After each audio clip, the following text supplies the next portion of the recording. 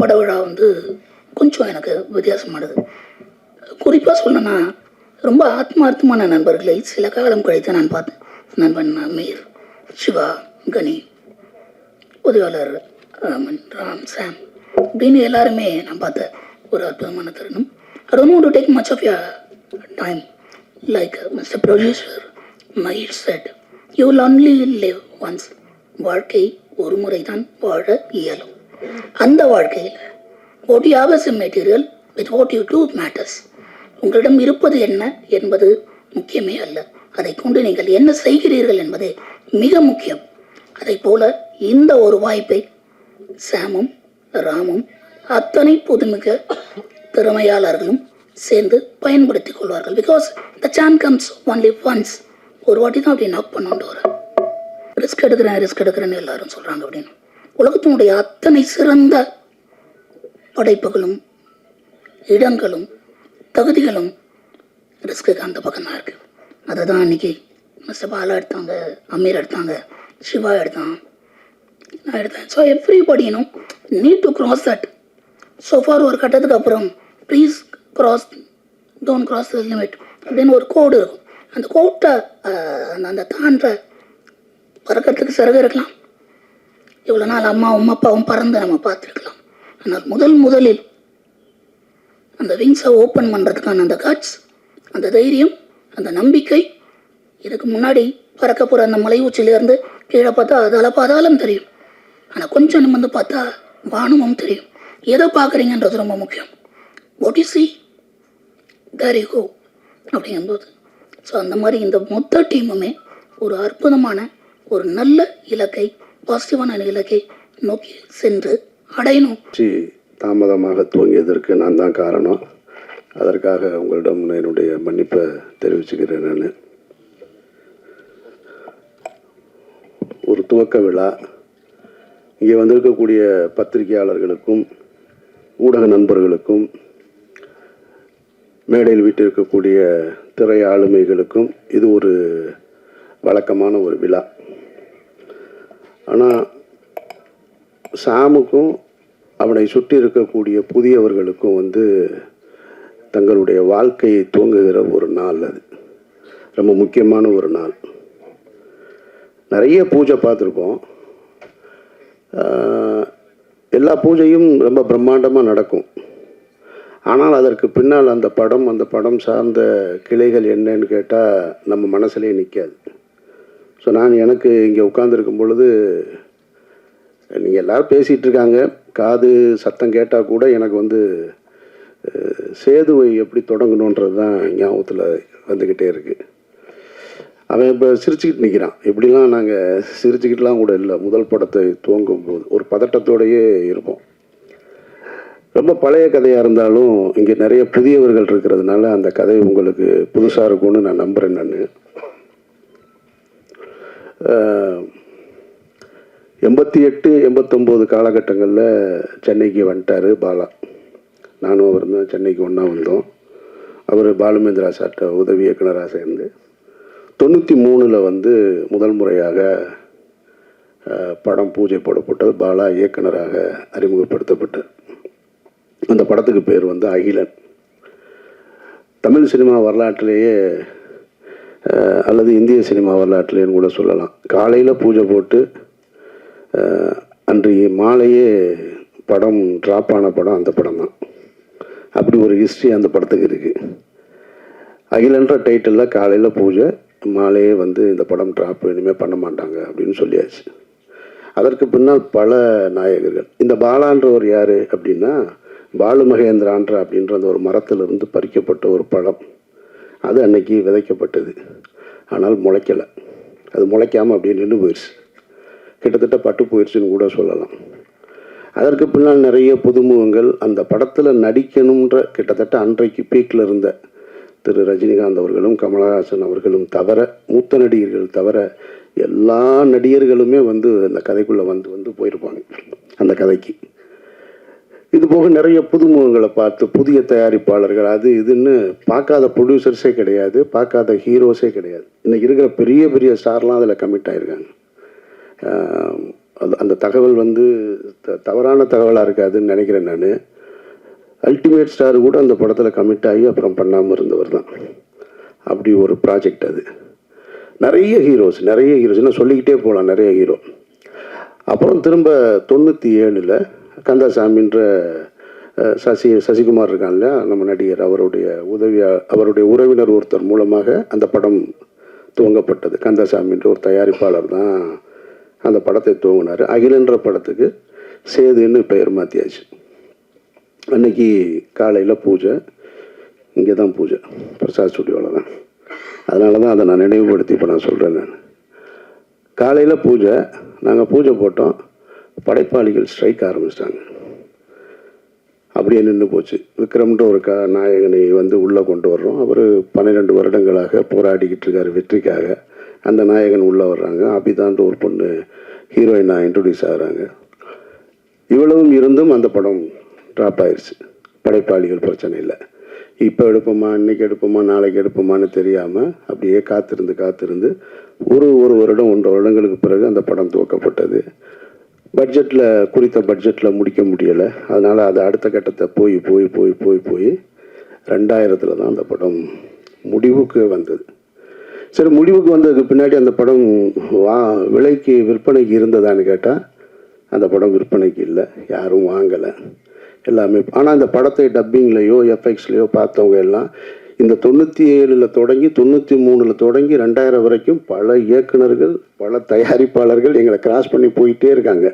ஆனால் நாங்கள் மட்டும் நம்பிக்கையோடு ஒரு அறையில் காத்துக்கிட்டே இருக்கோம். எங்கள் படம் ஒரு நாளும் ரிலீஸ் ஆகும், என்னைக்காவது ஒரு நாள் எங்கள் படம் வந்துடும்ன்ற நம்பிக்கையோடய உட்காந்துட்டு இருந்தோம். சரி, 2000 படம் முடிஞ்சதுக்கப்புறம் பார்த்தா அப்பவும் இல்லை.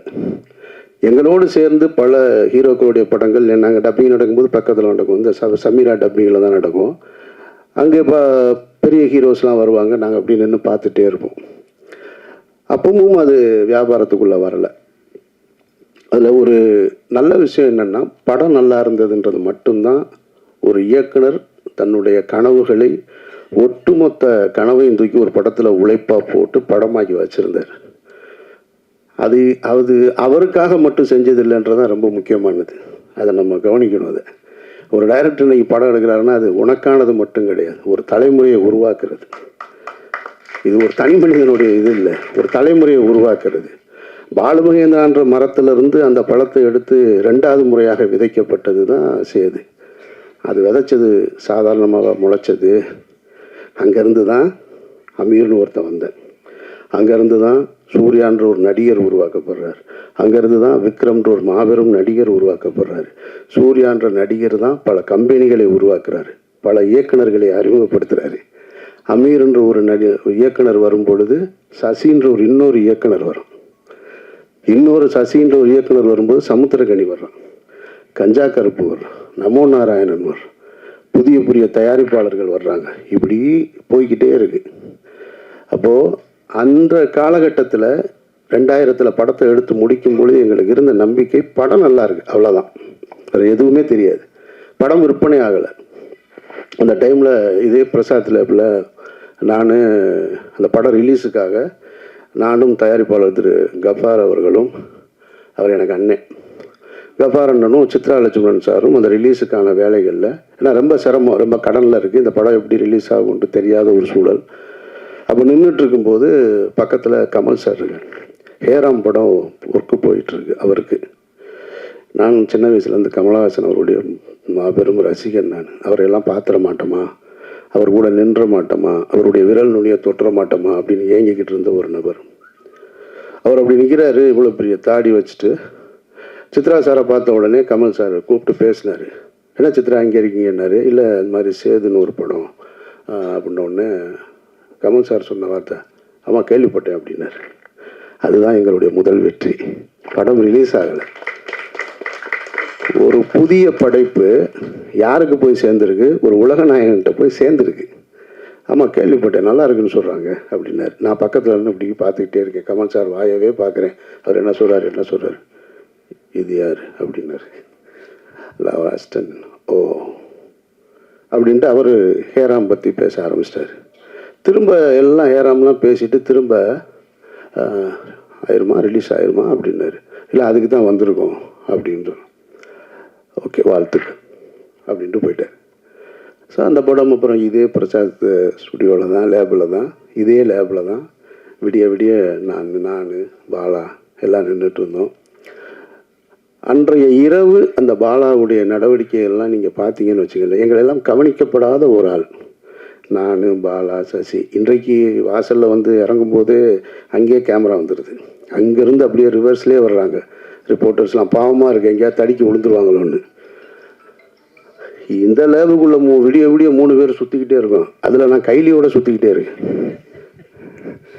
ஒரு 6 பிரிண்ட்டு தான், வெறும் 6 பிரிண்ட்டை எடுத்துகிட்டு இங்கேருந்து ஒரு கனவுகளை சுமந்து கொண்டு மதுரை, திருச்சி இப்படி நான் கொடுத்துட்டு, திண்டுக்கல்னு கொடுத்துட்டு போனேன் நான்.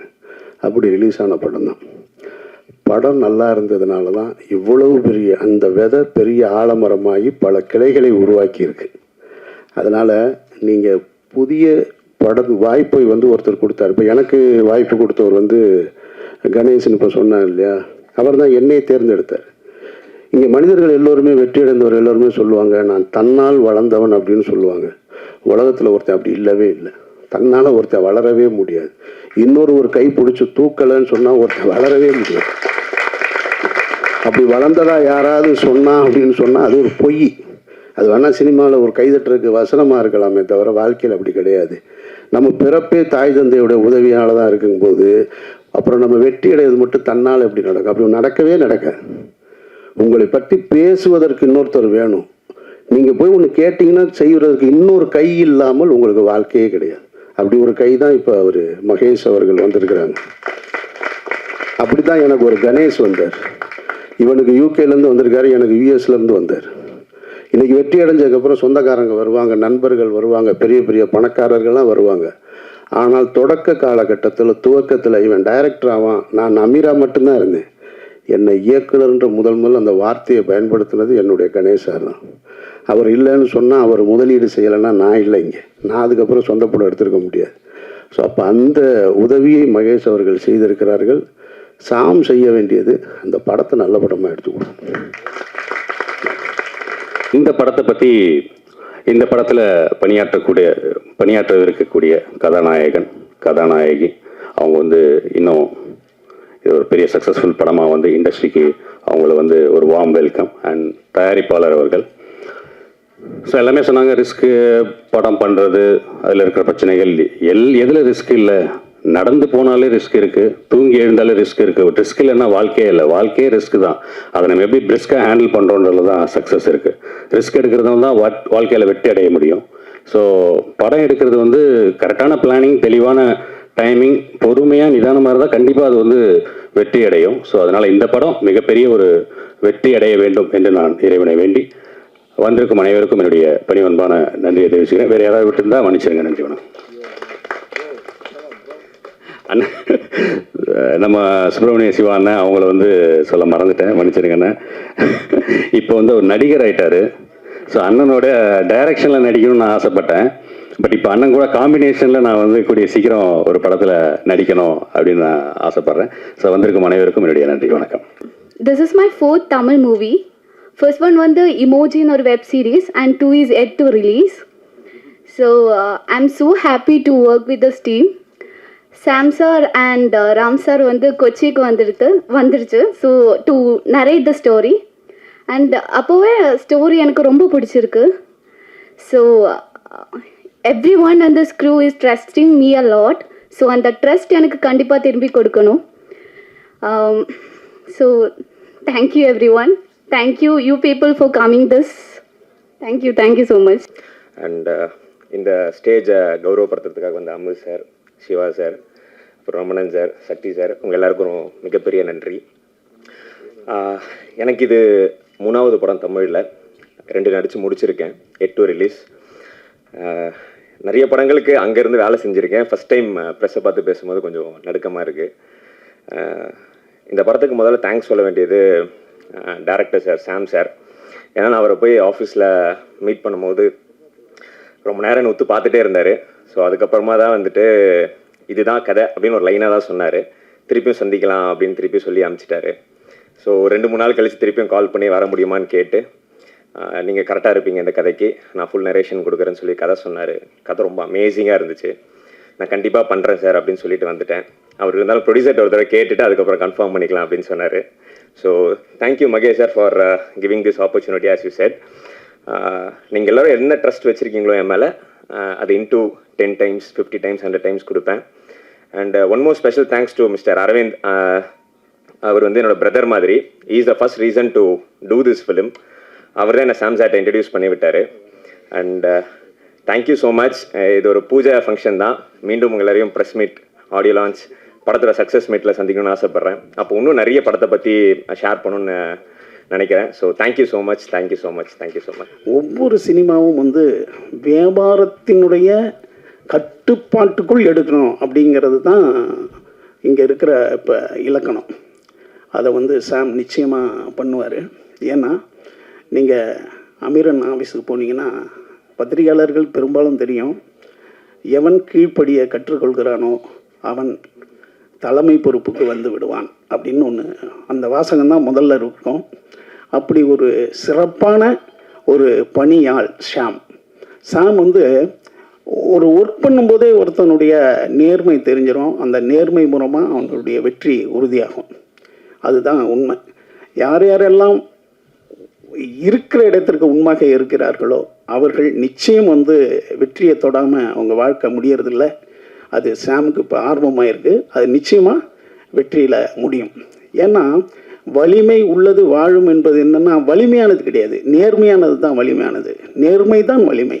ஏன்னா அதை வந்து நம்ம நேரடி அர்த்தமாக வலிமைனா ரொம்ப இது உள்ளவன்ற மாதிரி புரிஞ்சிக்கக்கூடாது. நேர்மை தான் வலிமை. வலிமை நிச்சயமாக வெற்றி பெறும். படத்தை நம்ம ரமணா சொன்ன மாதிரி மிகச்சிறந்த முறையில் ஆரம்பிக்கிற மாதிரியே முடிப்பார். அடுத்து நம்ம தம்பி தேவ் வந்திருக்காப்புல. தேவ் சிறந்த ஒரு கதாநாயகனாக ஒரு நிச்சயமாக வருவார். ஏன்னா பணிவு என்பது அதாவது கேரக்டர் தான். நீங்கள் என்ன திறமையாக இருந்தாலும் உங்களுடைய கேரக்டர் தான் மிகப்பெரிய இடத்துல அழைச்சிட்டு போவோம். இப்போ பத்திரிகையாளர் இருக்காங்கன்னா உங்களுடைய கேரக்டரை வந்து அவங்க விரும்ப ஆரம்பிச்சிட்டாங்கன்னா உங்களை பற்றி 2 வார்த்தை ஜாஸ்தியாகவே எழுதுவாங்க. அதே மாதிரி அந்த ஹீரோயினும் மிகப்பெரிய வெற்றியடைய என்னுடைய வாழ்த்துக்கள். அடுத்தது நம்ம ஜீவாவை பார்க்கும்போதெல்லாம் எனக்கு காமராஜர் ஞாபகம் வந்துடும். இப்போ இனிமேல் எனக்கு மனோபாலான ஞாபகமும் வரும். என்ன அப்படி ஒரு சிறந்த ஒரு மனிதர் ஜீவாவுக்கு பேர், அந்த பேருக்கு தகுந்த மாதிரி சிலவங்களுக்கு தான் அமையும்.